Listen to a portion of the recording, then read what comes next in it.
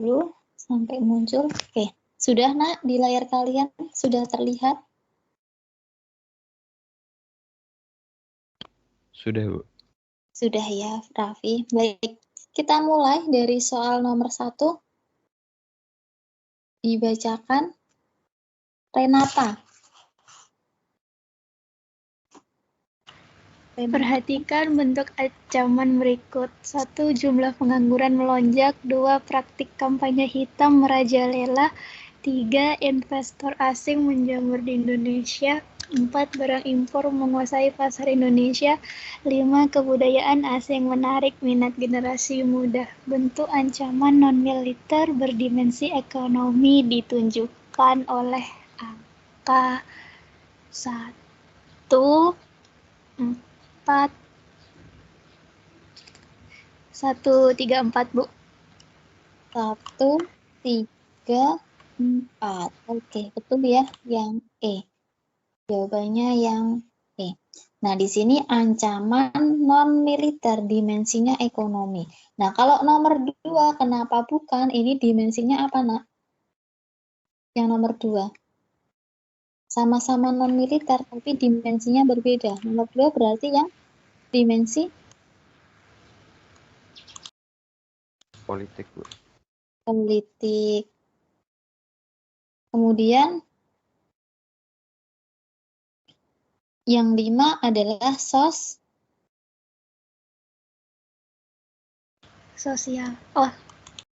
sosial budaya. Gitu ya. Paham ya nomor 1 kenapa pilihan yang tepat E? Ada pertanyaan? Jelas?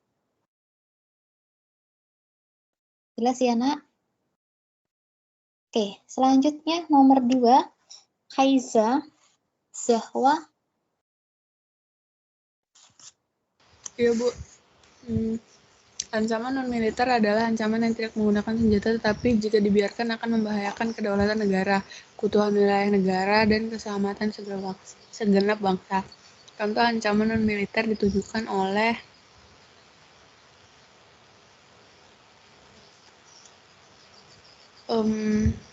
apa ya, Bu? Lupa kemarin apa? Ayo dibaca dulu pilihannya.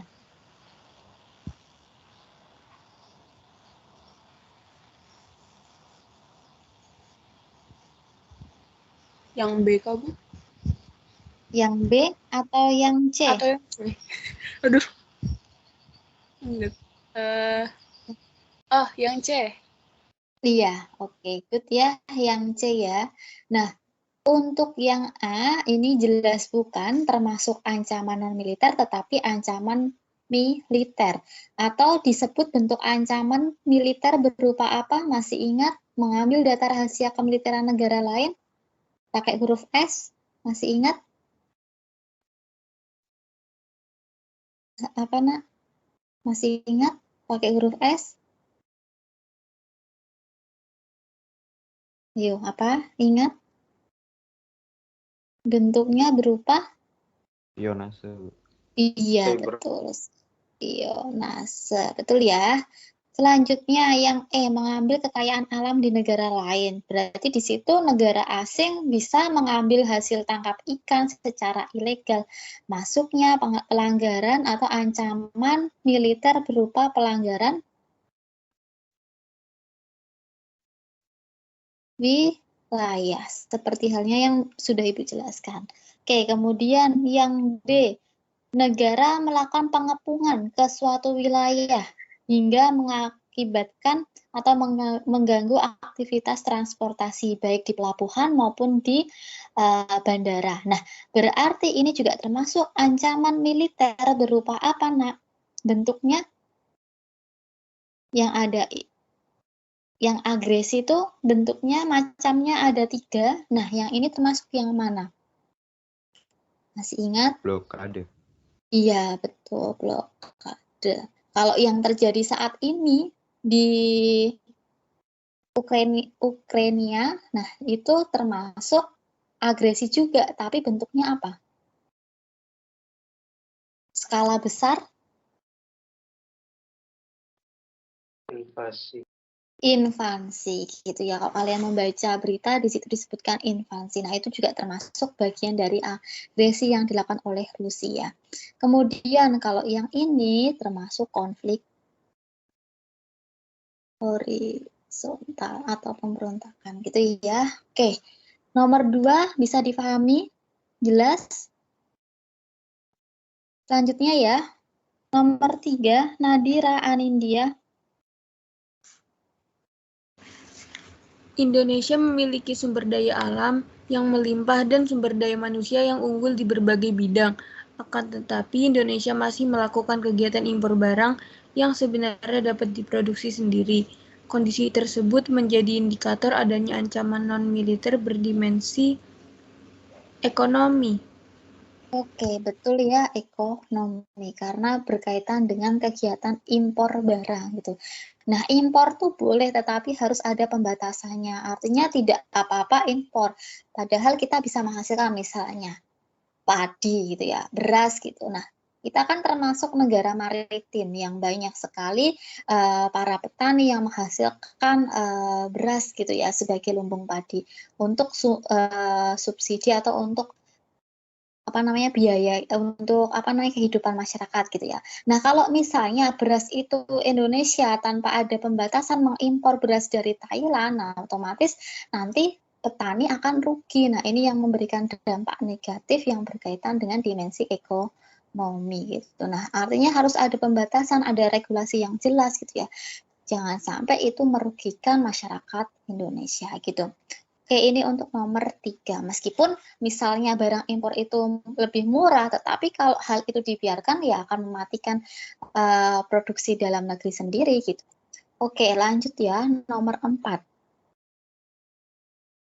Nadira sudah Syahril, Muhammad Syahril Ramadan, nomor 4 Syahril.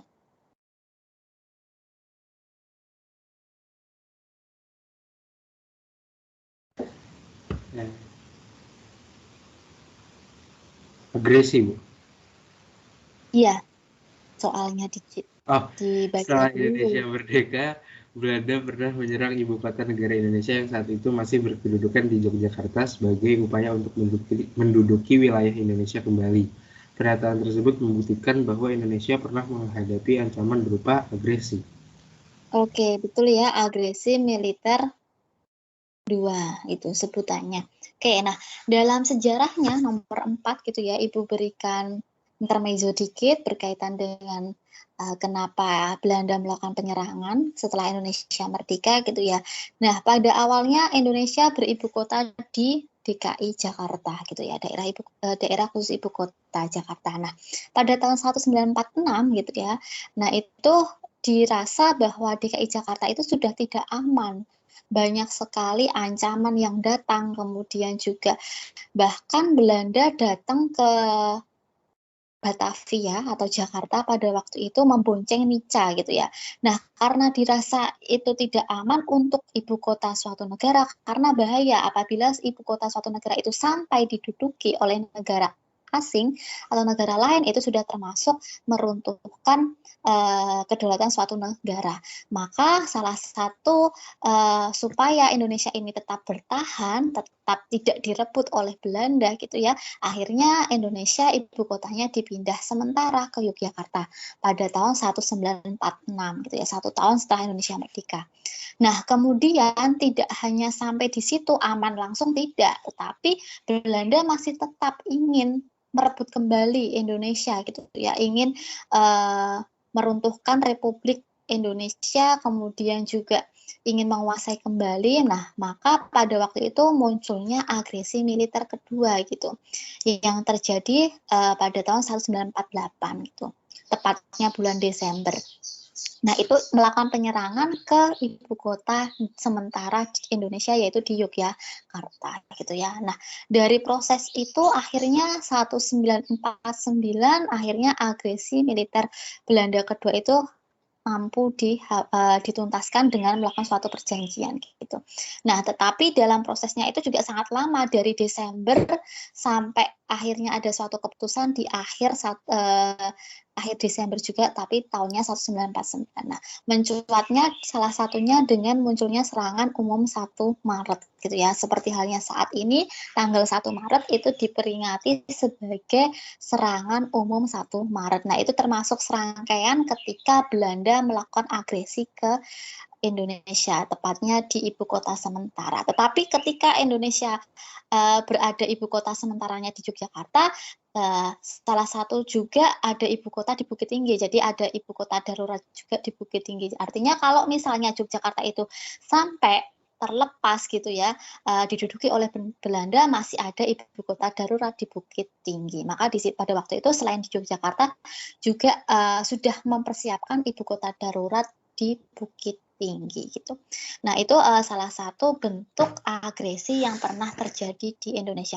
Nah, bentuknya apa pada waktu itu ya, termasuk invasi gitu ya, karena ingin merebut kedudukan dari ibu kota dari suatu negara. Karena invasi itu termasuk suatu agresi yang skalanya besar, yaitu ingin merebut kedudukan atau ibu kota suatu negara. Contohnya kalau yang saat ini terjadi ya di antara Rusia dan Ukraina gitu ya. Nah, itu adalah dua negara yang sebenarnya mereka itu bersaudara gitu ya, artinya karena wilayahnya itu hanya berdekatan dan termasuk bagian dari pecahan Uni Soviet pada waktu itu. Tetapi karena adanya suatu kesalahpahaman gitu ya, yang dimana Ukraina ini ingin condong mendukung ke kelompok Eropa, Amerika gitu. Nah, sedangkan Rusia menginginkan bahwa Ukraina itu tetap condong ke Rusia gitu. Nah, akhirnya terjadilah suatu konflik. Salah satunya juga Ukraina ingin gabung ke NATO. NATO itu kan termasuk bagian dari militer-militer di kawasan Eropa dan Amerika. Nah, Rusia tidak terima dengan hal tersebut. Akhirnya mereka meluncurkan invasi ke Ukraina gitu. Nah, itu adalah contoh yang terjadi saat ini. Maka dapat kita ambil kesimpulan bahwasanya kalau suatu negara itu merdeka, belum tentu negara itu aman terhindar dari suatu agresi ataupun bentuk-bentuk yang mengancam kedaulatan suatu negara. Nah, maka perlunya kita harus mengatasi, kita sebagai bangsa Indonesia gitu ya, kita harus mencintai negeri kita, bagaimana cara kita bertumpah darah satu tanah air Indonesia. Kalau semuanya bersatu, otomatis negara kita pun juga bisa terjaga dengan baik gitu. Nah, itu adalah contoh yang terjadi di saat ini gitu. Kalau kalian membaca berita, artinya bahwa semua hal yang kita pelajari terkait dengan mapel PKN gitu ya, dari teorinya itu untuk faktanya, untuk kenyataannya pun juga terjadi gitu. Jadi kalau kalian membaca berita, oh ini ternyata termasuk materi terkait dengan ancaman, oh bentuknya seperti ini gitu. Nah, dari situ kan kalian bisa memahami bahwa yang kenyataan implementasinya pun juga ada. Jadi bukan hanya kita menghafal, membaca gitu, tetapi dari situ kita bisa memahami, oh ternyata dengan seperti itu kita bisa melihat apa yang ada di sekitar kita, bahkan melihat yang ada di negara lain gitu ya. Oke, untuk nomor 4 bisa difahami terkait dengan agresi. Bisa, Nak? Bisa ya? Bisa, Saya Bu. lanjutkan ya. Oke, ke nomor 5. Selanjutnya nomor 5, tadi sudah Syaril, lanjut ke Rafa. Rafa sudah hadir belum ya? Belum kah? Rafa? Oke, Raffi. Ganti ke Raffi saja. Rafa tidak hadir. Raffi nomor berikutnya, nomor 5. Negara X melakukan pengepungan wilayah negara Y. Akibatnya orang-orang maupun barang dari negara Y tidak bisa keluar masuk dengan bebas. Tindakan negara X merupakan ancaman agresi dalam bentuk. Ingat, agresi bentuknya ada 3 macam. Kalau pengepungan di wilayah keluar masuknya barang, bisa di pelabuhan, bisa di bandara, itu bentuk dari agresi apa? Blokade, Bu. Oke, betul ya. Jawabannya adalah blokade gitu. Nah, selain invasi, blokade itu juga tetap bisa dilakukan gitu ya. Nah, kalau tadi kan Ibu mencontohkan agresi militer Belanda kedua gitu. Nah, itu juga terjadi blokade di wilayah bandara, wilayah penerbangan gitu ya, lokasinya yang dimana di situ sebagai jalur keluar masuknya barang ataupun jasa. Nah, ini juga termasuk bentuk dari agresi. Oke ya, itu contohnya. Selanjutnya nomor 6. Silahkan dari Raffi pindah ke nomor 6. Hasan. Hasan Hanif, Muhammad Hasan Hanif, silahkan nomor 6.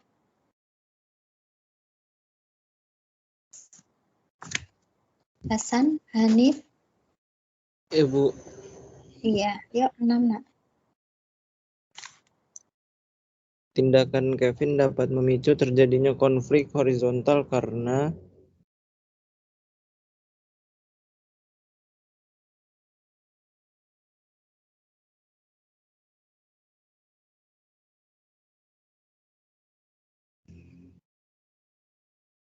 yang mana? Berarti ini media sosial.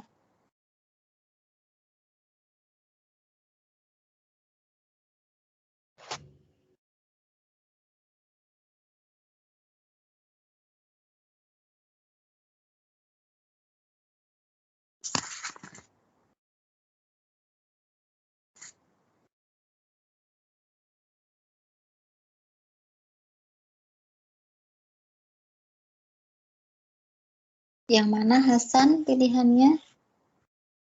Alfa, beta, C, delta, E. Yang mana?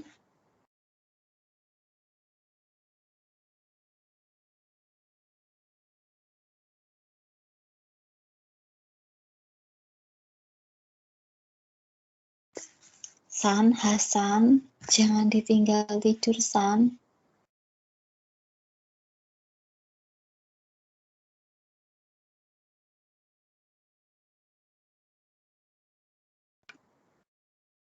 Hasan masih ada kan di room tatap maya?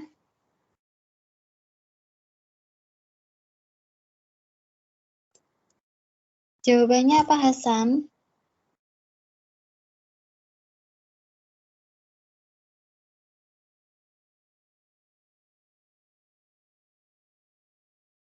Oke, ganti Faris. Fauzan, jawabannya apa Faris? Fauzan. Faris.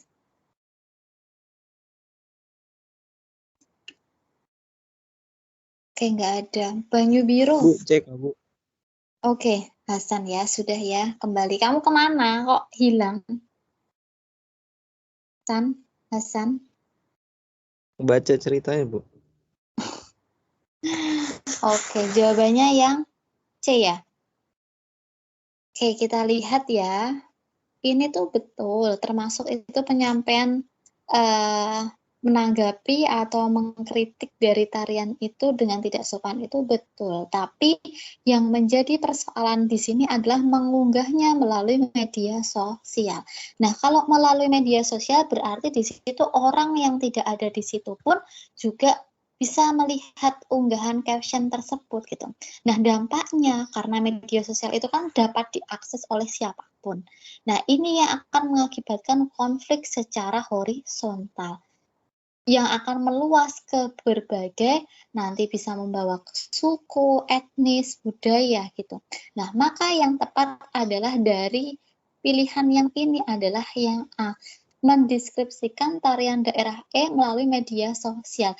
Nah, mendeskripsikannya ini yang tidak tepat dengan menuliskan kata-kata atau kalimat yang ini. Paham ya, nomor 6 ya. Paham nak, nomor 6? Kenapa yang A? Oke, lanjut ya. Nomor 7, silahkan. Banyu, biru.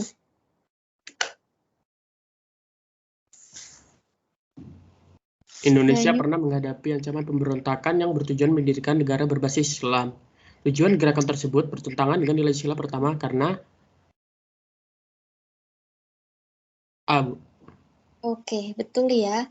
Dasar negara menegaskan bahwa Indonesia mengakui adanya Tuhan sesuai dengan sila pertama, tetapi Indonesia bukan negara agama. Maka kalau hal ini terjadi, adanya suatu kelompok oknum yang ingin menggantikan, mengubah Indonesia menjadi berbasis Islam atau negara Islam, ini yang salah, sudah sama halnya merubah ideologi negara Indonesia gitu ya, karena ideologi kita kan yang memiliki keterbukaan, kebebasan, fleksibel, mengikuti perkembangan zaman. Maka di sini yang kenapa ini bertentangan, yang ada adalah yang poin A gitu ya. Oke, sudah tepat untuk Banyu Biru. Lanjut nomor 8. Hendy. Bisa nggak mic-nya Hendy? Kalau nggak bisa, Fatur. Fatur? Iya, Bu. Oke, nomor 8, Nak. Iya, Bu. 1. Bertujuan menimbulkan rasa takut dan trauma pada korban. 2. Dilatar belakangi oleh keterbelakangan, kemiskinan, dan ketidakadilan. 3. Merusak sarana dan prasarana dengan cara meledakkan bom. Aspek-aspek tersebut menunjukkan ancaman militer, yaitu terorisme. Oke, jawabannya betul ya. Terorisme, karena mengakibatkan rasa takut, trauma terhadap korban, terus dilatar belakangi oleh kemiskinan, kemudian keterbelakangan, serta di situ juga bisa menggunakan atau meledakkan bom. Nah, ini termasuk ancaman dalam bentuk terorisme. Oke, sudah tepat. Nomor 9, terima kasih Fatur. 9, Ivan. 9. Ceritanya dibaca, Bu? Ya, dibaca aja. Lembaga Ilmu Pengetahuan Indonesia, LIPI, melakukan survei terkait perdagangan daring di Indonesia. Hasil survei menunjukkan bahwa 90% produk asing membanjiri perdagangan daring.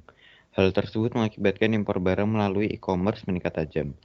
Akibatnya, daya saing produk dalam negeri melemah. Salah satu faktor penyebab tingginya minat konsumen terhadap barang impor yaitu harga barang yang relatif lebih murah. Berdasarkan cuplikan berita tersebut dapat disimpulkan bahwa sebentar, Bu.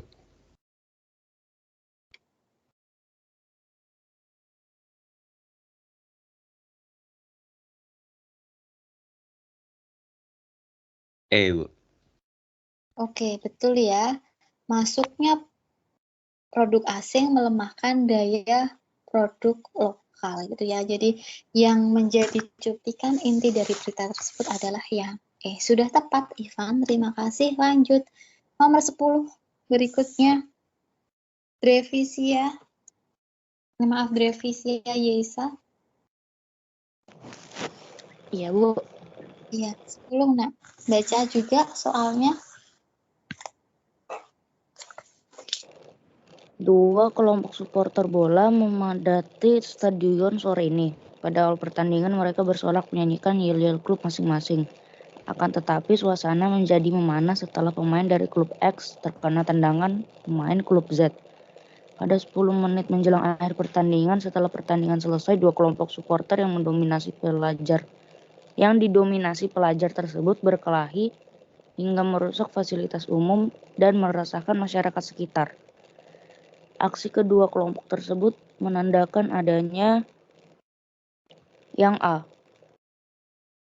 Oke, betul ya, kemerosotan moral generasi muda. Nah, artinya ketika kalian gitu menonton sebuah pertandingan, ya harus menanggapi suatu permasalahan itu dengan kepala dingin, jangan hanya menggunakan ego ataupun emosi gitu. Nah, kalau hal itu terjadi otomatis juga akan memberikan dampak negatif bagi siapa, diri kita, bagi orang lain ataupun bagi lingkungan sekitar, entah nanti merusak fasilitas yang ada, mengakibatkan korban jiwa gitu. Nah, maka di sini kita harus menanggapi suatu persoalan itu dengan kepala dingin, apalagi yang berkaitan dengan ini, suatu menonton pertandingan yang harusnya bikin happy malah berujung kerusuhan. Jadi jangan sampai itu.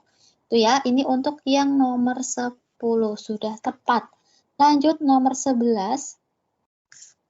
Silahkan Dimas. Dimas. Oke, 11 dibaca soalnya, Nak. Pada pemilihan umum tahun ini, Pak Vino mencalonkan diri menjadi seorang bupati. Pak Vino sangat berambisi memenangkan pemilihan tersebut. Pak Vino meminta tim suksesnya melakukan kampanye hitam melalui media sosial terhadap Pak Leo. Satu-satu pesaing Pak Vino adalah pemilu. Satu-satu pesaing Pak Vino dalam pemilu. Tindakan Pak Vino merupakan bentuk ancaman non-militer berdimensi politik karena yang B. Oke, Nak, yang B betul ya, karena di sini kampanye hitam memicu disintegrasi bangsa gitu ya. Artinya di sini termasuk kampanye hitam itu money politik gitu ya. Jadi jangan sampai dalam suatu pemilihan umum itu ada hal-hal yang negatif. Dampaknya apa? Ya akan mengakibatkan disintegrasi bangsa yang harusnya mereka memilih secara luber jurdil gitu ya. Tapi yang ada mereka akan karena disokok dipaksa otomatis memilih tidak dengan hati nurani. Itu ya. Oke, sudah tepat 11 yang B. Selanjutnya berikutnya untuk nomor 12, silahkan dibaca dulu Dahliana. 12 ya, Dahliana, silahkan, Nak. Pemkab Magelang memberi klarifikasi terkait beredarnya informasi tentang denda sebesar 250.000 terkait penggunaan masker. Sekda Kabupaten Magelang mengatakan bahwa sanksi yang akan diberikan bukan berupa sanksi administratif, tetapi sanksi sosial seperti membaca Pancasila maupun menyanyikan lagu kebangsaan. Tindakan klarifikasi Pemkab Magelang merupakan strategi yang akan mengakibatkan kesadaran hukum masyarakat tinggi. B. Oke, jawabannya tindakan klarifikasi ini akan mengakibatkan jawaban yang tepat adalah kecemasan dalam masyarakat akan hilang. Kenapa? Karena di sini kan awalnya berita hoax yang mengatakan denda 250. Nah, kalau hal itu tidak segera diklarifikasi, masyarakat akan bingung, akan cemas apakah benar itu untuk dendanya, apakah benar untuk sanksinya dari penggunaan masker kalau tidak menggunakan. Nah, ketika sudah diberikan klarifikasi, maka dampak yang ada di masyarakat akan tenang, dari kecemasan itu akan hilang. Gitu ya. Jadi jawaban yang tepat adalah yang E. Gitu ya. Oke, bisa difahami 12? Selanjutnya ya, nomor 13 dari Dahliana ke Ataya Asmi. 13. Penguatan keamanan dan ketahanan siber oleh BSSN merupakan strategi dalam mengatasi ancaman di bidang A. Teknologi informasi. Oke, betul ya Ayah. Jadi jawabannya yang A. Cyber oleh BSSN itu termasuk ancaman pada bidang teknologi informasi. Oke, good. Lanjut ke berikutnya 14. Noti 14. Lunturnya nilai-nilai Pancasila dalam kehidupan masyarakat menjadi indikator adanya ancaman non-militer berdimensi ideologi.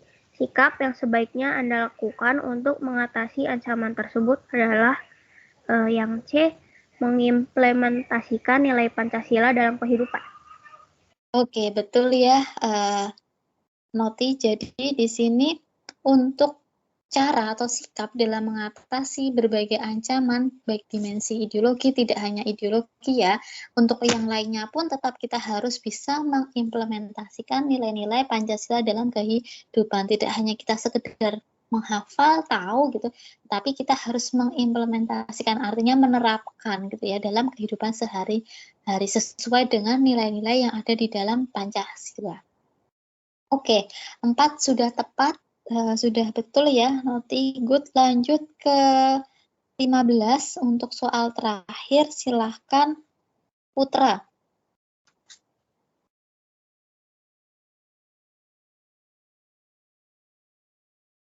Azena Aulia Putra.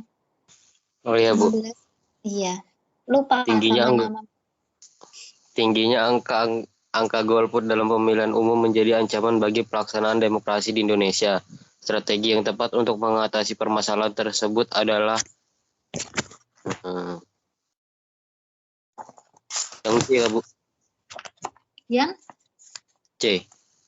Oke, betul ya, yang C. Dengan melakukan pendidikan politik kepada masyarakat melalui kegiatan sosialisasi. Artinya dikasih sosialisasi masyarakat bahwa jangan sampai termakan oleh janji-janji manis dari para calon.